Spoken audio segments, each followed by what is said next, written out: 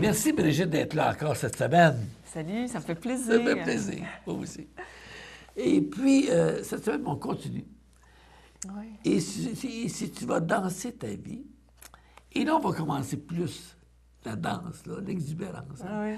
Parce qu'on s'est laissé, la semaine dernière, aux portes du monastère. Ah oui. Et tu étais avec une sœur, et puis toi, tu avais un petit billet pour rencontrer tel père, là. Oui. Et puis on est rendu là. Qu'est-ce qui se passe? Bien, quand sœur Denise, Ouais. elle a vu mon petit billet, puis elle a lu le nom du moine qui était sur le petit billet, elle est partie à rire. Puis elle a dit je ne connais... Ce moine-là ne connaît rien aux femmes. Là, dans ma tête, c'est comme ça existe des moines qui connaissent quelque chose aux femmes, tu sais. Qu'est-ce que c'est ça, tu sais? Puis elle me dit non, tu vas aller voir le père un tel. Lui, toutes les femmes vont le voir.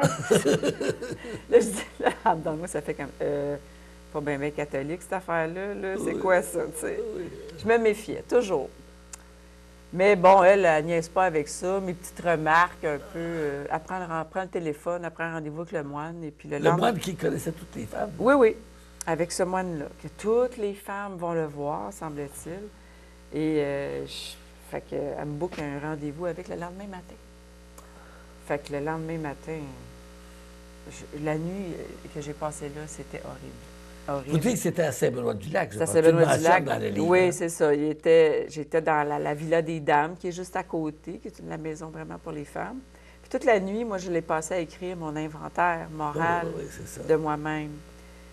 Donc, telle personne, son nom, qu'est-ce qu'elle m'a fait, puis qu'est-ce que j'ai vécu émotivement. Donc, c'est ça, un inventaire. Oui. Tu le fais en 3 colonnes, puis t'écris des idées, tu sais, pas des grosses phrases. Fait que j'arrive le lendemain matin avec ma pile de feuilles, j'avais 40 pages. Puis c'était un inventaire strictement sexuel. C'était juste là-dessus. Oui, c'est sûr. Fait que j'arrive devant le moine, puis il me regarde, puis tout ça, je le vois, je dis « Ah! Mais il est beau! » Oui. Le Seigneur s'occupait de moi. Oui, c'est ça, oui. Fait qu'il me dit « Brigitte, suis-moi. » Avec un petit sourire. Oui. Je le suis, là, on se promène dans le corridor, on arrive dans une petite salle, tout petite, une table, 2 chaises, avec une croix sur le mur, puis c'est tout ce qu'il y avait. Oui. Fait que je lui explique ma démarche. Il a l'air de connaître ça, il a l'air d'être habitué. Puis là, je dis que c'est un inventaire strictement sexuel, puis que j'ai 40 pages, puis que... Fait que je commence. Puis je lis mes pages, puis au bout de quelques pages, je suis plus capable de lire, là, ça bouille en dedans, j'ai une colère, là. Je me mets à sacrer après le moine. Puis je tape sa table, puis je l'engueule, là, comme c'est pas possible, puis j'ai dit que tout ce que je vis, c'est de la faute des hommes comme lui, qui ont des soutanes, là, puis qui veulent contrôler le monde, surtout les femmes, puis qui exercent une domination, puis je suis enragée, là, tu sais, ça sort, là. Fait que ça fait au bout d'une heure, j'ai pas encore fini de l'engueuler, mais il se lève. Puis moi, je pense qu'il va m'en donner une. Mais non! Écoute, il dit... Brigitte, il y a la messe maintenant. Je vais te laisser, on va se revoir cet après-midi à 14 h. Au revoir! Et il s'en va. Il me laisse là. Puis, il me laisse dans l'entrée, là, puis lui s'en va. Fait que l'après-midi, je reviens. Puis, je m'assis, puis je continue à lire mes pages. Qu'au bout d'une demi-heure, parce que j'y raconte, là, telle personne, bon, lui, c'est telle personne, elle a fait telle affaire, puis là, ça m'a fait ça. Mais c'est long de raconter tout ça. Fait qu'au bout de, je sais pas, peut-être une demi-heure, 40 minutes, je me fâche encore après lui. Je tape sa table, je crie après, puis c'est de sa faute si je suis malheureuse, puis c'est de sa faute si ci, puis c'est ça, puis si je suis pas capable de m'accepter dans mon homosexualité, c'est de sa faute, puis il dit rien, hein, lui. Moi, je l'engueule, puis il dit rien. Au bout de l'heure, il se lève encore, puis il me dit « Brigitte, si tu veux bien, nous allons nous revoir demain matin à 10 h. Au revoir! » Il s'en va. Moi, je capote. Parce que je l'engueule vraiment, là, puis il encaisse tout. Puis savez-vous comment il me regarde? Non. Il Il me regarde comme ça. Tu sais, Ah mais oui. Il est attentif. il m'écoute, là. Je pense que c'était la première fois de ma vie que je me sentais écoutée comme ça. Puis que, tu sais, tout ce qui sortait, c'était laid, là. Il n'y avait rien de beau, là, dans ce que je disais, là. Fait que je reviens le lendemain, 10 heures le matin, même affaire. Je raconte mes pages, puis au bout d'une demi-heure, j'éclate, là. Puis là, je l'ai engueulé à propos de la domination des femmes, l'Église, nanana. Puis là, à un moment donné, il parle pas, puis là, ça commence à m'énerver. Parce que je m'attendais à une réaction, je sais pas, moi. Il me dit rien, puis en dedans de moi, ça dit, ben il est pas normal, lui. Puis là, je commence à y en vouloir à lui, puis je lui demande, pourquoi lui, il est ici? Pourquoi vous êtes ici, là, dans ce monastère-là, là? Vous endossez tout ce que l'Église a fait depuis 2000 ans. Là. Elle a brûlé des femmes sur des bûchers, elle a abusé de son pouvoir, elle a excommunié des mères parce qu'elles n'étaient pas enceintes année après année au Québec. Ma grand-mère a vécu ça. Puis tout ce que j'ai entendu, tout mon bagage, toute ma colère, là, pourquoi vous endossez ça? Pourquoi vous êtes ici? T'sais? Puis la seule réponse qu'il m'a donnée, c'est « Pour Jésus ». C'est tout. Il m'a juste dit « Pour Jésus ». Ça m'a bloqué. Je m'attendais à avoir Une réaction. Une discussion, de l'argumentation, parce que moi, c'était ça ma vie. Oui. Mais non, il n'y en avait pas d'argumentation avec lui. Il m'écoutait, puis il était là pour Jésus. Fait que l'heure finit de la même façon, il me renvoie, bye-bye, on se revoit l'après-midi. La même affaire là, l'après-midi. Je l'engueule encore pendant 1 heure. Il se lève au bout de l'heure. On se revoit le lendemain, matin à 10 heures, Brigitte, au revoir. Pendant ce temps-là, dans la maison des dames, je lisais Saint-Augustin. Pas rien. Les confessions. Alors, les confessions de Saint-Augustin, puis là, je me disais, quoi, lui, c'est un docteur de l'Église, puis il a mené une vie de débauche comme ça quand il était jeune. Oui. Mais je lisais Saint-Augustin. On peut préciser qui est Saint-Augustin pour les bénéfices des téléspectateurs. Hein? Oui. Saint-Augustin, c'est quelqu'un qui avait eu une vie très, très perturbée aussi avant. Hein? Oui. Et puis très perturbé avec toutes sortes de situations. Là. Et puis il y avait une mère qui s'appelait Sainte Monique, qui avait beaucoup, beaucoup prié pour lui, pour sa conversion. Oui. Et puis à un moment donné, Augustin change de vie. Hein? Il devient évêque. Hein? Évêque en Grèce, Hippone. Et puis à ce moment-là, il devient. Qu'est-ce que ça veut dire, docteur de l'Église? Ça veut dire un savant de l'Église. Hein? Aujourd'hui, on se réfère encore aux paroles de Saint-Augustin, à sa sagesse. Hein? Puis il a écrit ce fameux livre, Les Confessions de Saint-Augustin. C'est ça. C'est de ça que tu parles, toi. Oui, pendant mes heures d'insomnie, parce que je n'arrivais pas à dormir. Ça bouillait en dedans, là. Puis je lisais ça, je descendais à la petite bibliothèque de la Maison des Dames, puis j'étais tombée là-dessus. Je lisais ça, puis c'était bien écrit. Moi qui avais fait des études littéraires, j'étais... wow, j'en revenais pas de la plume de cet homme-là, comment il écrivait bien. Ça. Puis je le connaissais pas.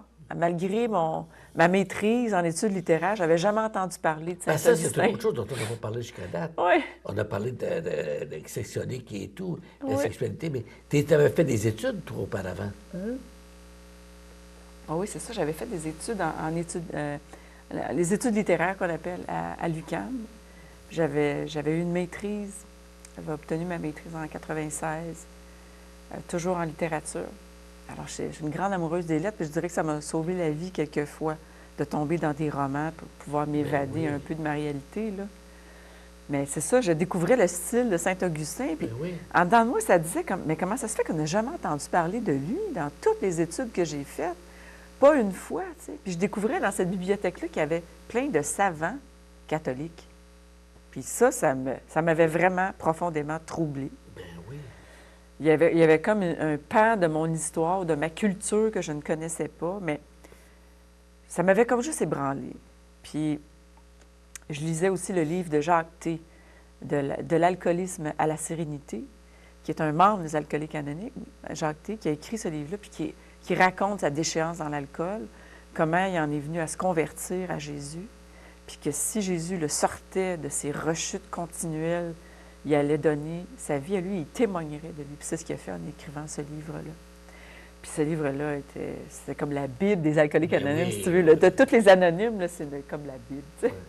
Fait que je lisais ça dans une nuit mouvementée, perturbée. Fait que le lendemain matin, je me représente devant mon moine, puis je refais encore la même affaire. Au bout d'une demi-heure, là, je me mets à crier, là, mais je crie, puis je pleure. Je me lève debout, puis je tape sur la table, là, puis je le pointe de même, Ben oui.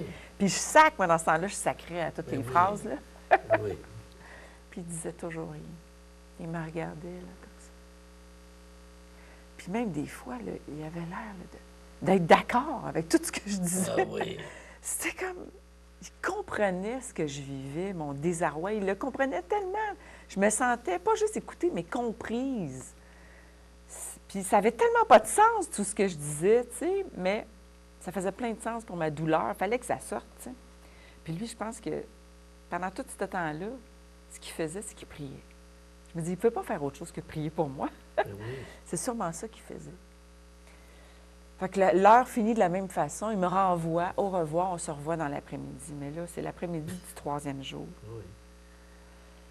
Puis là, je m'assis en face de lui, puis j'ai toutes fait mes feuilles. Il m'en restait une ou deux. J'ai fini ça en 15 minutes, puis j'avais plus rien à dire. J'étais fatiguée, là, lessivée. Là. Guidé. Ah, j'étais là... Puis je voyais pas la lumière au bout du tunnel. Je me disais, mais qu'est-ce que je vais faire quand je vais sortir d'ici? J'ai nulle part où aller, j'ai plus d'amis. Je sais pas qu'est-ce que je vais faire. Puis dans ma tête, c'est comme je vais rouler sur l'autoroute 10, là. Je vais, tu sais, des fois, il y a des précipices sur l'autoroute 10. Là. Je vais juste donner un coup de volant, là, puis ça y est, je vais mourir comme ça, puis ça va finir. Puis Mais lui, quand tu l'as quitté, il n'a pas donné de recommandation. je l'ai pas quitté encore. Ah, tu l'as pas encore quitté? Là, je réfléchis à ça Ah. dans notre dernier rendez-vous. Parce que là, je ne sais plus quoi dire, j'ai plus de feuilles. Fait que là, j'ai dit, Ouais. je ne sais plus quoi vous dire, j'ai plus de feuilles. Puis, je parle pas. Il parle pas. Silence. Tu sais, le silence. Ben oui. C'est rare, hein? Je me mets à pleurer. Ah, mais là, je pleure, là. Tu sais, des gros Ben sanglots, oui. là. Je vois bien qu'il n'y en a pas de solution. Je vais me tuer. Je vois pas d'autre solution. Puis là, j'ai dit, qu'est-ce que je vais faire de ma vie? Où est-ce que je vais aller? Puis je lui demande, faut que j'aille retourne voir mes amis. J'ai plus d'amis. Puis il me dit, non, tu ne dois plus jamais les revoir. Mais tu dois toujours les bénir quand tu penses à elles. Parce que si tu retournes les voir, tu vas retomber dans ton ancienne vie. Bien, moi, dans ma tête, mon ancienne vie, c'est encore ma vie, là. C'est pas mon ancienne Oui, vie, oui. tu sais. Mais c'est comme si lui, il voyait quelque chose que je voyais pas.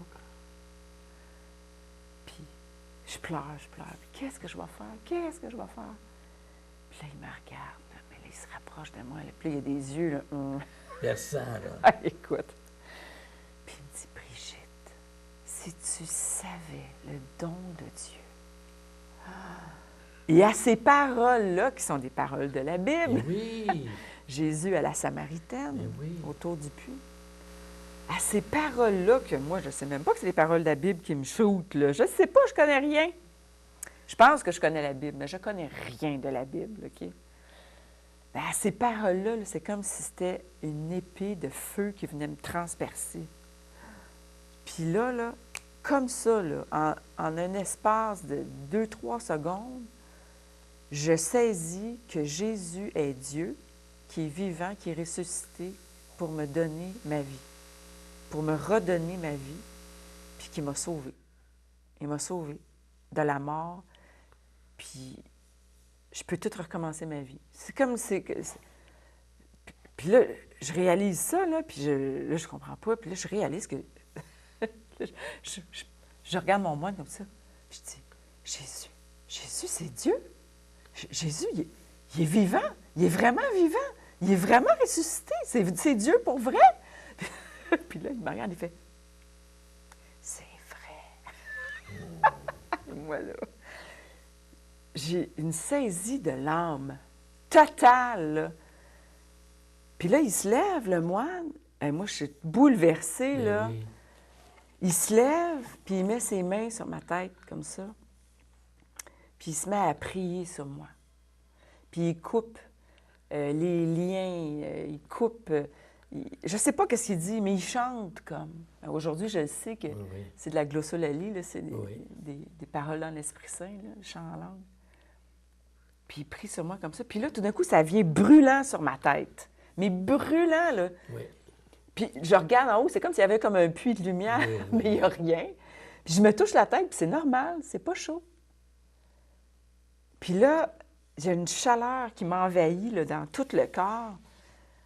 Puis je crois que Jésus est Dieu. Puis non seulement Jésus est Dieu, c'est que je suis la fille de Dieu. Puis que j'ai pu me casser la tête avec rien.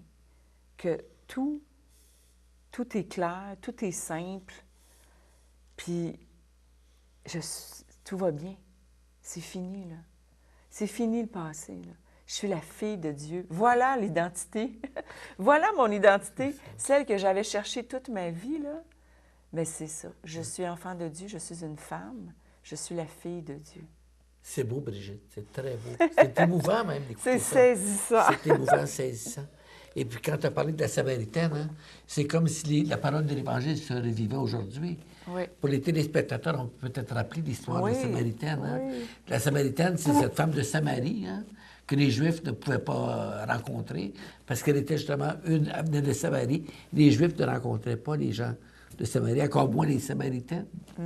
Ils les rencontrent au puits, hein, et puis elle a eu 6-7 maris, puis il lui dit... Hein, oui, il lui dit, tu es avec ton 5e... tu as eu 5 maris, et l'homme avec qui tu es n'est pas ton mari. C'est ça. Elle lui dit tout un peu comme ton moine. Ben oui, puis ça me semblait un petit peu à ma vie. Et oui, et puis il lui dit ça. Hein, il dit, donne-moi à boire. Oui. Hein. Oui. Et puis elle lui donne à boire, puis c'est là qu'il a sa fameuse réponse. Hein, si tu savais le don de Dieu et celui qui te le donne. Oui. Hein. C'est un peu ce que tu as vécu, toi, dans ces années-là, à ce moment-là, mais c'est magnifique. Hein. Oui. C'est beau. Et ce que tu as vécu avec l'Esprit Saint, hein, dans le mouvement charismatique, qui est arrivé à la suite du Concile Vatican II, hein, oui. On appelle ça l'effusion de l'Esprit. Oui. Oui. Et quand tu as dit à ton moine, c'est-tu vrai? Je peux te dire, aujourd'hui, moi, je suis aumônier du mouvement charismatique dans notre diocèse. Hein, il se passe des choses aussi grandes. Hein? Ah oui, certainement. Hein? Tout le monde peut recevoir l'Esprit Saint. Là. Puis il y a des gens, c'est-tu vrai? Oui. C'est-tu vrai? Oui. Hein, puis le moine dit, oui, c'est vrai. Oui, c'est vrai. Non, mais c'est beau, hein? Ah oui, oui. C'est pour ça que je suis content que les téléspectateurs entendent hein, ton témoignage, parce que c'est vrai, puis c'est beau. Puis ça se vit aujourd'hui. Puis c'est dans notre Église. Alors, on va faire un petit intermède à ce moment-ci, parce que c'est un temps fort de ta vie, hein? C'est un temps fort de... Dans le fond, c'est une séparation dans ta vie. Ah oui, oui. À ce moment-ci. C'est là que tout a changé. Hein? Alors, on va faire un petit intermède pour digérer ça. Oui. Et c'est notre ami Pascal Grosse, que plusieurs connaissent ici, qui va nous chanter ce très beau refrain, hein? Signore del Cime. C'est en italien, c'est le chant Le Seigneur des sommets, et c'est vraiment un sommet dans ta vie avec le Seigneur. Dio del cielo, Signore delle cime, un nostro amico, al Cristo la montagna, ma ti preghiamo, ma ti preghiamo.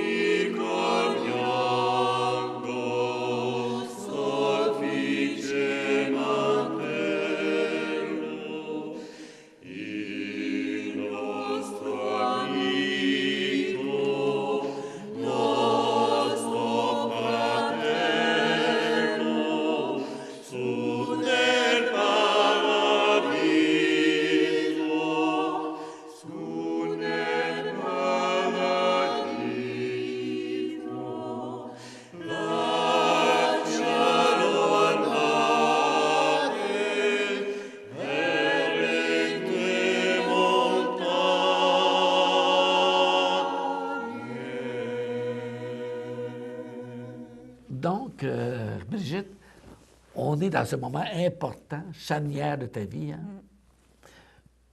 Et tu es avec ton moine.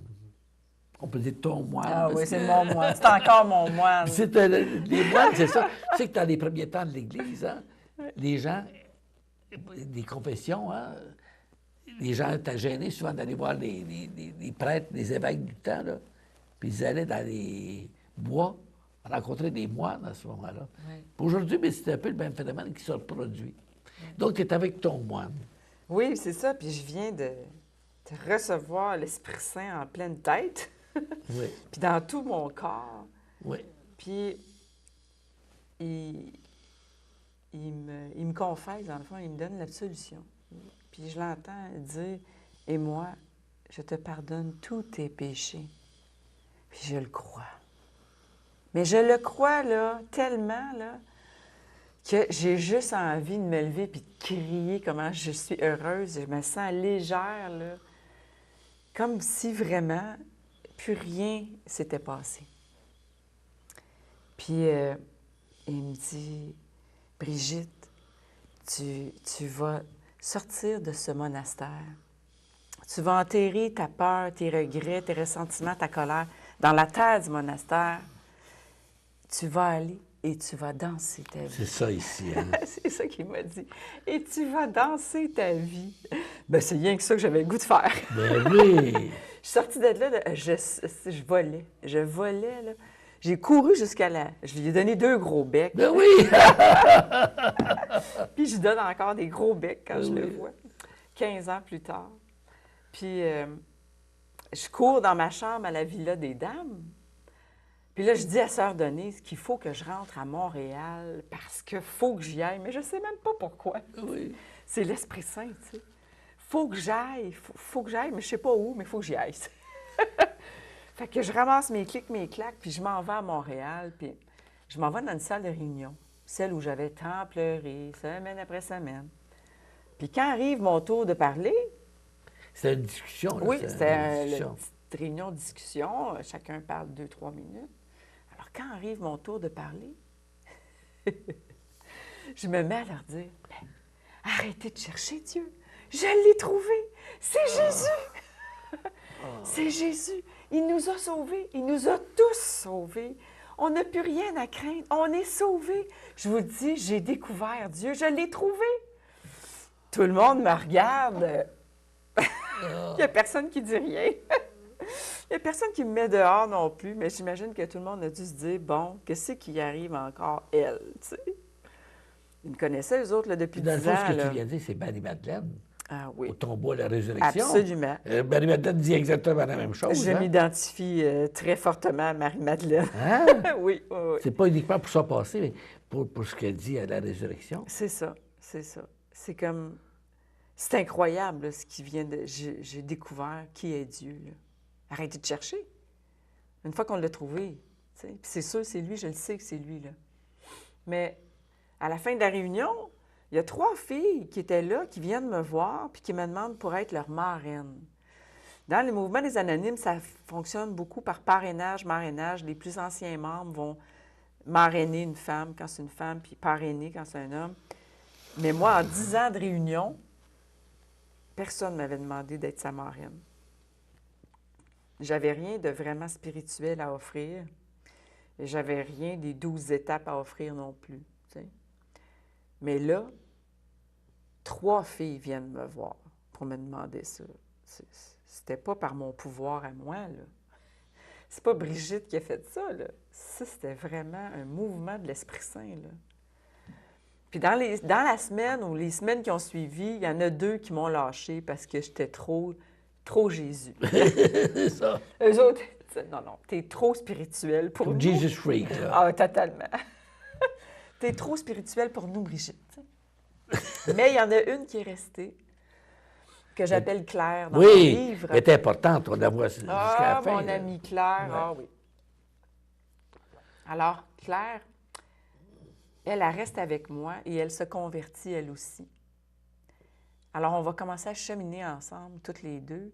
Puis, quand elle veut en savoir plus sur Jésus, elle me dit, elle m'appelait, puis elle pleurait, puis Je lui demandais, tu pries-tu? Elle dit, ben oui. Je dis, mais c'est qui tu pries? Ben, je prie l'univers, l'énergie. Je dis, laisse faire l'univers, tu vas prier Jésus. Puis tu vas demander à Jésus. Je t'en demande, tu sais. Oui. Puis j'ai donné en cadeau un petit dizainier qu'elle pouvait mettre au doigt. Puis pour arrêter de fumer, qu'à chaque fois qu'elle avait envie de fumer, qu'elle fasse un Je vous salue Marie. Pendant une semaine, elle a arrêté de fumer. Alors pour nous, c'était comme une première manifestation de la puissance de la prière, tu sais. Alors on a commencé à cheminer comme ça, Claire et moi.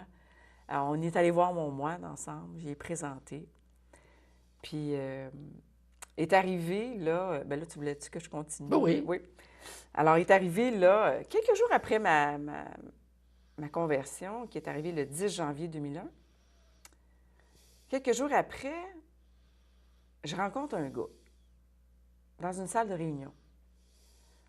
Puis il me parle de Jésus gros comme le bras, là. Jésus par-ci, puis Mais voyons Jésus par-là, puis Jésus par-ci, puis... Hey, moi, j'étais ça y est, Ben c'est oui. l'homme de ma vie. Ben oui. Ça Ben y est, oui. c'est lui l'homme de ma vie, tu sais. J'ai encore aucun discernement, là. Ben oui. Tu sais, le Seigneur... T'es parti, là, pour la gloire. Ben oui, tu sais, les nouveaux convertis, là, c'est des zélés. Souvent, ils se pitchent d'un extrême à l'autre, puis ils ont besoin d'une direction spirituelle. Ben oui. Puis d'ailleurs, j'en ai encore une direction spirituelle, j'en ai toujours besoin. Quoique mon discernement est de mieux en mieux. Ben oui. C'est ça. Mais nouvellement convertis comme ça, on est très fragile, très, très fragile. Puis c'est comme si le malin, il l'avait su. Il savait, il m'attendait au coin de la rue. Fait que il m'a envoyé ce gars-là. Puis j'ai eu 2 enfants avec ce gars-là. Ah bon? J'étais sûre que c'était l'homme de ma vie. Puis je me souviens, j'étais allée voir mon moine pour lui demander, bien, comment on fait là, quand on est un ami de Jésus là, pour fréquenter quelqu'un de la façon que Jésus veut? Moi, je ne sais pas qu'est-ce que Jésus veut. Fait qu'il me dit, ça serait bien d'attendre au moins 6 mois avant d'avoir des relations sexuelles. Hein, il connaît mon passé, lui, là. Oui, c'est ça. Alors, il n'est pas pour commencer à me parler de chasteté avant le mariage. Non, c'est Tu ça. comprends? Parce que t'avais-tu idée de le marier, ce gars-là? Ben oui. Ah oui? Moi, j'étais sûre qu'on allait se marier. Mais l'histoire d'attendre, d'avoir des relations sexuelles dans le mariage, moi, j'étais à 100 000 lieues de là. Je comprends même pas pourquoi il faudrait faire ça. Là. Je connais pas la loi. dynamique. Je connais pas la religion. Je connais rien. Là, t'sais. Mais lui, il me suggère 6 mois. Puis ça passe bien. Je dis, 6 mois, c'est correct. C'est parfait. T'sais. Fait que je suis bien déterminée à attendre 6 mois. Mais lui, là, mon moine, il savait très bien que en fréquentant quelqu'un, sans aller au lit avec, au bout de 2 mois, tu le sais si c'est quelqu'un pour toi ou non. Mais si tu as eu le malheur d'avoir des relations sexuelles avec, tu ne peux plus avoir de discernement parce que tu es déjà attaché au niveau de ton âme. Hein? Je disais la dernière fois que je suis venue que l'âme et le corps, ça ne fait qu'un. Alors, tu donnes ton corps, tu donnes ton âme. Fait que c'était comme... Il savait très bien, lui, que si j'attendais, je le verrais que c'était pas vraiment un gars pour moi, puis on se serait quittés. Mais c'est pas ça qui est arrivé.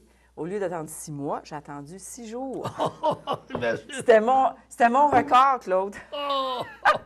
6 jours 6 avant. jours! Oui, d'habitude, C'est ton record! D'habitude, c'est le soir même. Ou le lendemain. Oui, oui, oui. Oui. Mais c'était mon record, 6 jours. C'est quelque moi- chose, hein? Oui, puis moi, j'avais bien l'intention de le marier puis de fonder une famille avec lui. Puis lui aussi. Puis, bien, au bout de 2 bébés, 3 ans, la dernière année où j'étais enceinte, là, ça a commencé à vraiment très Est-ce que le mal mariage t'a aller. intervenu entre-temps? Non, on ne s'est pas mariés. Ah oui. On ne s'est pas mariés parce que j'ai comme su, enceinte de mon deuxième, lui, le mariage, non, il ne voulait pas faire ça. Puis je me disais, bon, c'est pas grave, tu sais, on a des enfants, on va vivre ensemble, puis bon, moi je l'aime, c'est le père de mes enfants, puis il changera peut-être d'idée un jour, tu sais. Mais ça commençait à vraiment se détériorer dans la dernière année, à un point tel que là, a fallu que je lui dise, bien, on prend-tu un break là, de 2-3 mois, chacun de notre bord, pour voir où est-ce qu'on s'en va. T'sais. Puis il a décidé que non. Alors lui, il est parti, définitivement. Fait que je me suis ramassée seule avec 2 bébés, un de 1 an et demi, puis l'autre de 8 mois. Alors, Brigitte, on arrête là. C'est un autre moment fort. On t'écoute. T'as le sens du punch. On arrête là, c'est comme un roman. C'est tellement passionnant ce que tu nous dis. Alors, on n'est pas rendu à la fin quand même, hein? Déjà? On est rendu à la fin? On est rendu à la fin.